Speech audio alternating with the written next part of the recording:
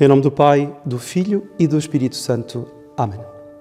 Caríssimos irmãos, caríssimos amigos, salve Maria. Bem-vindos a mais uma liturgia do Senhor neste domingo, que é o 23º do tempo comum. E hoje nós estamos uma vez mais com São Marcos no seu capítulo 7º. Estamos já no final desse capítulo, os versículos 31 a 37. Recordam-se que na semana passada a liturgia apresentou-nos Nosso Senhor no mar da Galileia, depois de ter feito uma série de milagres, que era confrontado com a pergunta dos fariseus e dos escribas: porquê que os teus discípulos não lavam as mãos como a tradição dos antigos? Bom, após esse acontecimento, Nosso Senhor acaba por ir para uma região mais a norte e acaba por sair da região, digamos, dos judeus, vai para uma terra pagã.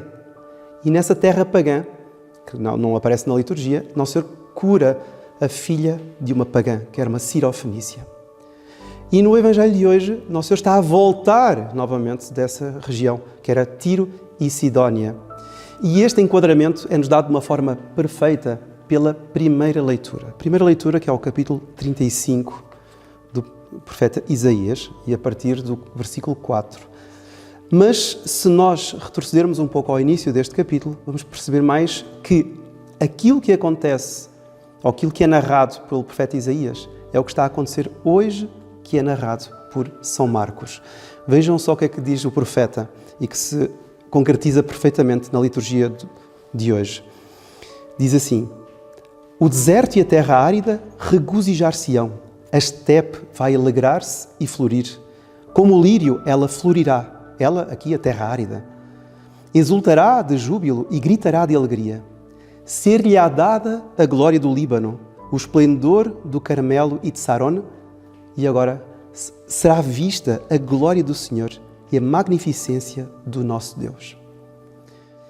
Então, a partir daqui começa propriamente a liturgia de hoje, com o versículo 4 de Isaías, onde ele irá dizer que abrir-se-ão os olhos do cego, serão desimpedidos os ouvidos dos surdos, o coxo saltará como veado, etc, etc. Então, que milagres estrondosos, milagres magníficos, que sinais são estes anunciados pelo profeta Isaías? Isso é propriamente o que prepara, enquadra o que é narrado por São Marcos hoje. Porque Nosso Senhor acabou de vir de terras pagãs, manifestou a glória do Senhor, fez milagres extraordinários, curou sobretudo a filha dessa sirofenícia e está a voltar para a Galileia. E é o que diz então o início da liturgia de hoje, do Evangelho. Jesus deixou de novo a região de Tiro e, passando por Sidónia, veio para o mar da Galileia. Então, o Nosso Senhor está a voltar para o mar da Galileia. Bom, e ao passar um território, que é o chamado território da Decápola, traz-lhe um surdo que mal podia falar. E suplicaram-lhe que impusesse as mãos sobre ele. Então, vejam que quem, digamos, se empenha neste milagre, nesta cura, não é o surdo, não é? Que era um surdo mudo, não é? Como vai dizer aqui. Mas é a multidão. Eles é que têm a fé. Eles é que estão empenhados em curar esse homem. E então, Jesus, afastando-o da multidão, meteu-lhe os dedos nos ouvidos e com a saliva tocou-lhe a língua. Então vejam, este homem, pelo que está aqui narrado, este homem era surdo, mudo. Mas não era surdo mudo de nascença. Ele tinha ficado surdo-mudo. O que diz, mais ou menos se percebe, trouxe-lhe um surdo que mal podia falar. Ou seja, se ele falava é porque ouvia alguma coisa. Ele tinha ganho essa surdez e não conseguia falar porque não se conseguia ouvir. Então, vê-se que foi uma doença progressiva. Não era uma doença congénita, era uma doença progressiva. E é muito interessante porque este milagre que Nosso Senhor vai fazer não é um milagre retumbante. Se nós formos ver, São Tomás distingue os 3 tipos de milagres, 3 degraus de milagres. Então, o primeiro milagre nesta ordem de grandeza é um milagre que tem esta denominação quod substantiam facti, que significa um milagre que é feito por cima da substância de algo. Por exemplo, um milagre em que 2 objetos estariam no mesmo lugar. Isso é impossível. Nenhum anjo pode fazer isso, mas Deus poderia fazer isso. Outra coisa, por exemplo, é o que está na Sagrada Escritura, quando Moisés sobe ao Monte Sinai e vê a sarça que ardia sem se consumir. Quer dizer, isto é um milagre que passa por cima da substância da própria sarça. Bom, depois há um segundo milagre, quod subjectum, que é um milagre no qual Deus, ou até um anjo, opera sobre uma determinada pessoa, algo que está acima da natureza. Não é? Por exemplo, que um morto volta a viver, não é? Ou que um cego de nascença não tem a capacidade de ver, começa a ver. Não é? Então esse é o segundo escalão dos milagres. E depois temos o milagre, digamos, mais comum. O milagre mais comum chama-se quod modum. O quod modum significa um milagre que pode ser operado de várias formas e que não passa por cima da natureza, nem passa por cima da substância das coisas. Por exemplo, quando uma pessoa tem uma doença prolongada, está desenganada pelos médicos, não há nada que consiga curá-la, não é? E de repente levam-lhe uma relíquia, levam-lhe o santo lenho, levam-lhe assim, algum objeto, ou então, como acontece hoje, não é? Um padre dá uma bênção, abençoa e a pessoa momentaneamente fica curada. Então, por aquele modo de se dar ou a bênção ou de levar a relíquia, pela devoção, pela fé, a pessoa ficou curada, sendo que, naturalmente, não havia modo de curar. Era uma doença prolongada, estava desenganada. Ora, caríssimos irmãos, nós podemos ver que hoje este milagre que Nosso Senhor opera com este surdo-mudo é um milagre, digamos, simples. Não são aqueles milagres, Nosso Senhor andar sobre as águas, não é? Nosso Senhor fazer ressuscitar Lázaro. Não são esses grandes milagres que realmente ultrapassam a natureza. É um milagre mais simples. Mas vejam que é um milagre que tem muito simbolismo no lado espiritual. Porquê que é este surdo-mudo? E aqui podemos até fazer uma aplicação à nossa vida. O que é este surdo-mudo? Ou seja, a pessoa ficou surda, começou a ter uma espécie de uns tampões nos ouvidos e ela começa a ficar cada vez mais surda. Não se ouve, não ouve nada. E ao mesmo tempo que ela não ouve, claro, não consegue só ouvir a si mesma, não fala mais. Então ela ganha uma deficiência auditiva e uma deficiência fónica também, ou seja, ganha uma afonia, não consegue mais pronunciar palavras, porque não ouve. Isto é um círculo vicioso. E a pessoa então vai num processo. E este processo ia levá-la, digamos, à separação completa do conhecimento das coisas, do convívio com os outros, etc. Talvez até do convívio com Deus. Porquê? Porque esta surdez e esta mudez são símbolos de defeitos espirituais. E aqui entra propriamente uma aplicação para nós, caríssimos irmãos. O que é esta surdez? Esta surdez é o endurecimento do coração. Ou seja, a pessoa não é que ela, por ficar surda, vai endurecer o coração. Não. É aquela, se não tem cuidado, não tem boa vontade, não tem o coração aberto a tudo o que é de Deus. Não é? Vejam que o Nosso Senhor diz, as minhas ovelhas escutam a minha voz. Ou seja, as ovelhas escutam a voz porque têm o coração mole, têm o coração de boa vontade. Quando a pessoa começa a colocar uns parti pris assim em relação às coisas de Deus, ela vai fechando o coração para as coisas de Deus e então ela vai ficando com o coração duro. E então pode-se fazer esta analogia entre a surdez, que é a capacidade de ouvir, e a surdez de alma, que é a incapacidade que a pessoa tem por fechar o coração para as coisas sobrenaturais, para as coisas de Deus. Vejam só, por exemplo, um caso muito prático, já me aconteceu várias vezes. Celebrar uma missa em honra do Imaculado Coração de Maria. Nós temos o apostolado do oratório, vamos às paróquias. E já aconteceu várias vezes, claro, falar sobre Nossa Senhora de Fátima, né? Os milagres de Fátima, as aparições de Fátima. E ao falar, acontece às vezes perguntar, bom, Nossa Senhora pediu para rezarmos o terço quantas vezes lá em Fátima? E as pessoas ficam na dúvida, acho que pediu uma vez para rezar o terço. Não pediu uma vez, ela apareceu 6 vezes, vejam lá quantas vezes ela pediu. Então, 2, não, 3, não. 6 vezes Nossa Senhora pediu. 6 vezes. Ou seja, ela apareceu 6 vezes e as 6 ocasiões, as 6 aparições, basta ver nos relatos das aparições, nas 6 ocasiões Nossa Senhora disse, rezem o terço todos os dias. Não é? Ora, nós todos os que estamos aqui somos grandes devotos de Nossa Senhora. Nós todos os que estamos aqui somos amorosos de Nossa Senhora, queremos seguir Nossa Senhora. Não é? Eu já fiz isso várias vezes. Pergunto, quem daqui reza o terço todos os dias. E eu vejo as pessoas às vezes olharem para o teto, olharem para a janela, olharem para o do lado. Surdez. Já ouviu? A surdez traduz-se em coração duro. O coração está duro. Ou seja, você já ouviu dizer que Nossa Senhora tinha pedido em Fátima para rezar o terço todos os dias. Seu padre, já ouvi dizer isso. Você reza. Então, ouve, mas está surdo. O coração está duro. Como é que é possível? Sou devoto de Nossa Senhora, não é? E não cumpra com a vontade dela. Mas eu acredito que ela apareceu mesmo. É claro que eu acredito. Então cumpra a vontade dela. Você a ama? Claro que eu amo, seu padre. Então faça a vontade dela.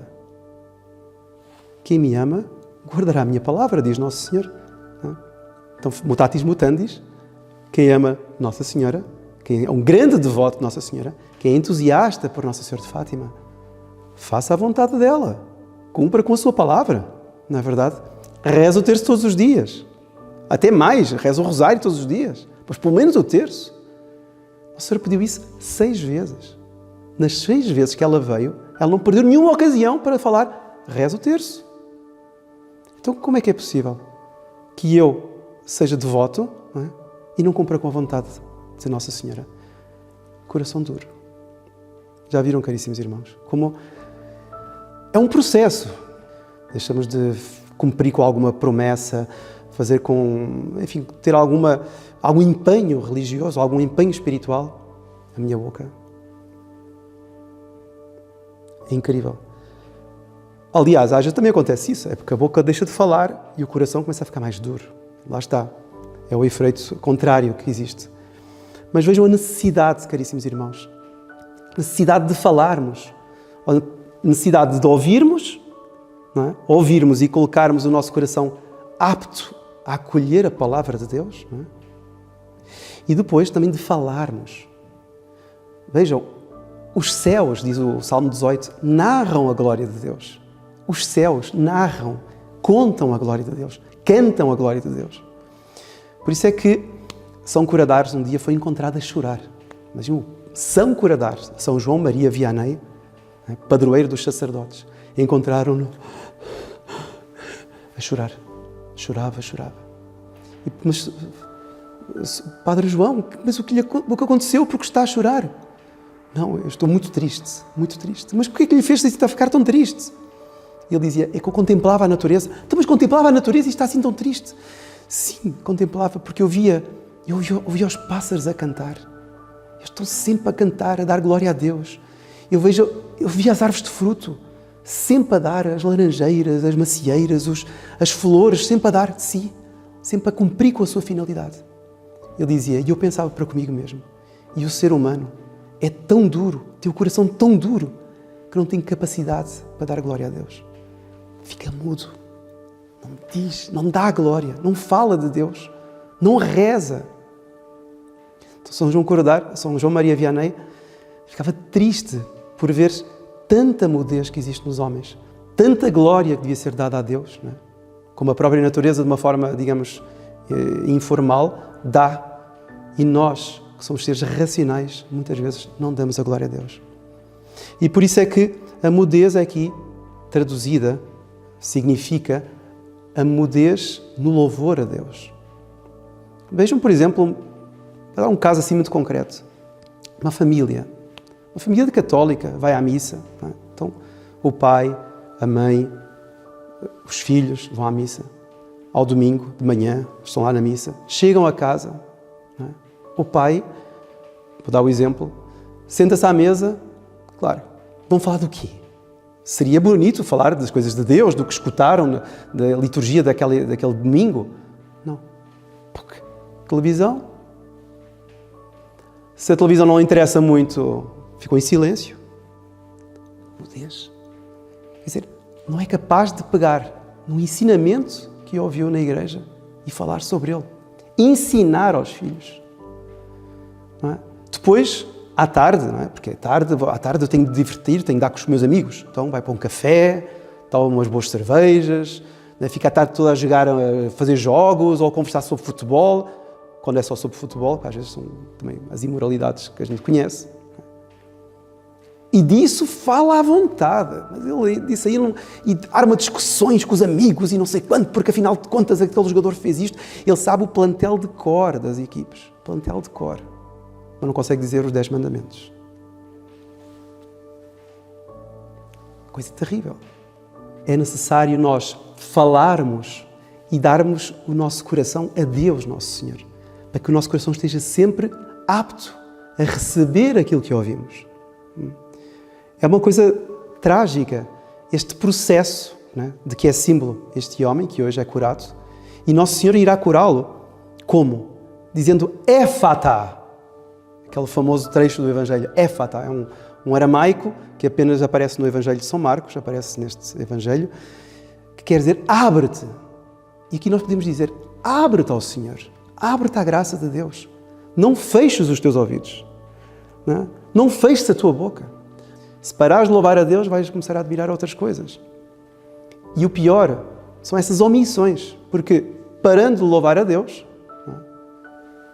como eu dizia há pouco, o pai de família que em casa que não ensina os filhos, que não dá um ensinamento de acordo com os mandamentos, que não procura educar os filhos de acordo com a lei de Deus, quer dizer, é um pecado de omissão terrível, terrível. Então, caríssimos irmãos, temos de pedir a Deus que Jesus suspire, como Ele suspirou por este homem aqui. Suspire, que olhe para o céu. Melhor, olhe no caso cá para baixo e diga para o nosso coração, Éfata. Ou seja, abra-se o seu coração. Que se abra o seu coração. Que se abram os seus ouvidos. Que se abra a sua boca. Fale de Deus. E aqui nós podemos, caríssimos irmãos, para terminar, aplicar a segunda leitura de hoje. Porque na segunda leitura, São Tiago vai-nos falar daqueles que são excluídos, que são colocados à margem. E nós temos aqui a dizer, ele dá o exemplo da acepção de pessoas, pessoas que são distintas, umas que vão a uma festa, bem vestidas, outras vão mal vestidas, e que fazemos esta acepção de pessoas. Nosso Senhor não faz acepção de pessoas. Mas muitas vezes acontece, caríssimos irmãos, é que nós é que nos excluímos. Porque se deixei de ouvir a palavra, se eu deixei de pronunciar a glória de Deus, se eu deixei de fazer apostolado no meu ambiente, na minha família, no meu meio, eu próprio estou-me a excluir. E o pior é que às vezes eu ouço, por exemplo, umas palavras como estas aqui, e eu não quero ser inserido novamente dentro da vida da graça. Eu não quero ser inserido novamente na vida de Deus. Eu acho que, não, eu já sou assim. Não, eu já estou há tantos anos assim nesta situação. Não, eu nem quero ver, Sr. Padre, nem me falo dessas coisas. E eu próprio faço acepção de mim mesmo. Eu me excluo do reino dos céus. No fundo, eu digo assim para mim mesmo, não há salvação. Será que eu me vou salvar? Nem vou pensar muito nisso. Caríssimos irmãos, tenhamos muito cuidado com isso. Esta indiferença, este processo de surdez, este processo de mudez é muito perigoso. Coitado deste homem, ele era realmente cego, era surdo e era mudo, mas de uma forma, digamos, natural. Mas quando a pessoa fica surda a Deus, e fica muda para dar o devido louvor a Deus, aí as coisas são terríveis. Porque vejam que isto não é uma coisa congénita, é uma doença que vai sendo contraída a par e passo. Então vamos pedir hoje a Nossa Senhora que nos impeça de acontecer uma desgraça dessas. Que Nossa Senhora interceda por nós e diga ao seu Divino Filho, Éfata, meu filho, abri os ouvidos deste meu pobre devoto, que ele novamente, pela primeira vez, proclame as glórias de Deus.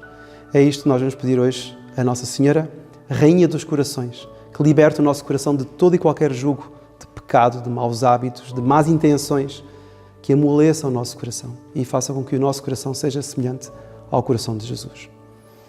E a bênção de Deus Todo-Poderoso, Pai, Filho e Espírito Santo, desça sobre vós e permaneça para sempre. Amém. Louvado seja Nosso Senhor Jesus Cristo.